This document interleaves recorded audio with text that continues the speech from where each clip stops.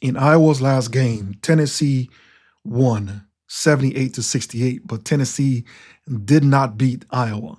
How is that possible? Hi, basketball fans. Now, the scoreboard says one thing, but I'm here to tell you that Tennessee did not beat Iowa. They just capitalized on Iowa's own mistakes. Trust me, folks, this game was an emotional roller coaster. And today, we're breaking down what went wrong, what went right, and why the scoreboard didn't tell the whole story. So let's get into it. Let's start with the biggest issue, shall we? 30 turnovers. 30. That's like trying to bake a cake and then just throwing up all the ingredients in the air, hoping it will all come together. But nope, every turnover was like a free gift for Tennessee, and they didn't miss the chance to cash in on it. It wasn't even that Tennessee's defense was that much better. It was just that Iowa was handing over the game like Oprah handing out cars. You get a turnover, you get a turnover, everybody gets a turnover. They practically had a turnover buffet going on. It's like trying to drive a Ferrari with the parking brake on. You can look good, but you're not going anywhere. Let's talk about the shining star for Iowa, and that's Lucy Olson. This baller is a walk-in highlight reel. 23 points, 5 assists, and a few jaw-dropping moves that had Tennessee's defense looking a bit confused. She's like that one friend who shows up for a party in style. You're just happy she's here. Olsen was everywhere, finding open players, making big shots, and even doing the heavy lifting to help the team push through. Her 11 points in the first quarter were critical, especially when Iowa was trying to shake off the early funk. But as much as she was pushing the team, even Lucy couldn't escape the curse of the turnovers. She had to carry this team, and while she did her best, even Superman can't fly when his cape is weighed down by mistakes. Let's talk foul trouble for a moment. Iowa had to deal with some serious referee decisions in this one. Take Lucy Olsen's second foul as a prime example.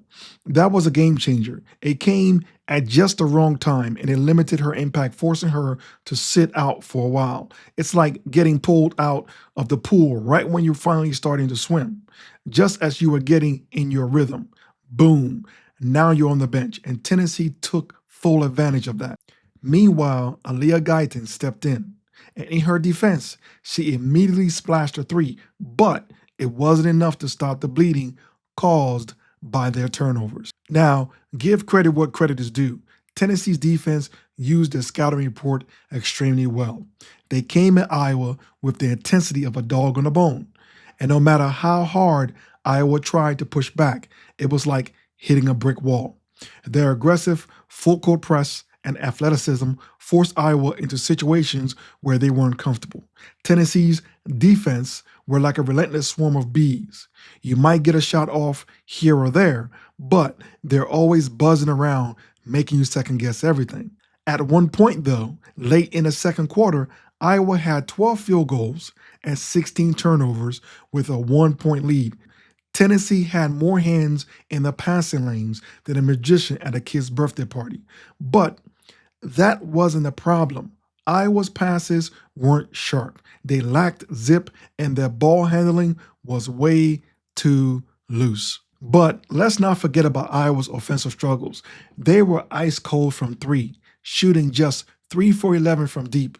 When your long range game is flat and you're turning the ball over like it's a hot potato, you're in for a rough night. Sure, they tried to fight back with some great post moves from Hannah Stolke, but when the shots aren't falling and the turnovers keeps coming, it's like trying to put out a fire with gasoline. Stolke did what she could with 6 points, 4 rebounds, and 3 assists. Iowa needed more support from other players, especially when the 3-point shots weren't hitting.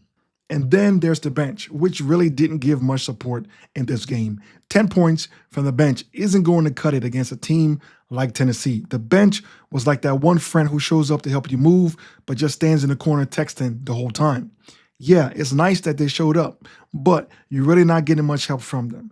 Iowa needs the second unit to step up and provide the extra punch, especially when the starters are in foul trouble or need a breather. So what does this mean for Iowa moving forward? Well, they've got a lot of work to do. The turnovers have to stop, plain and simple.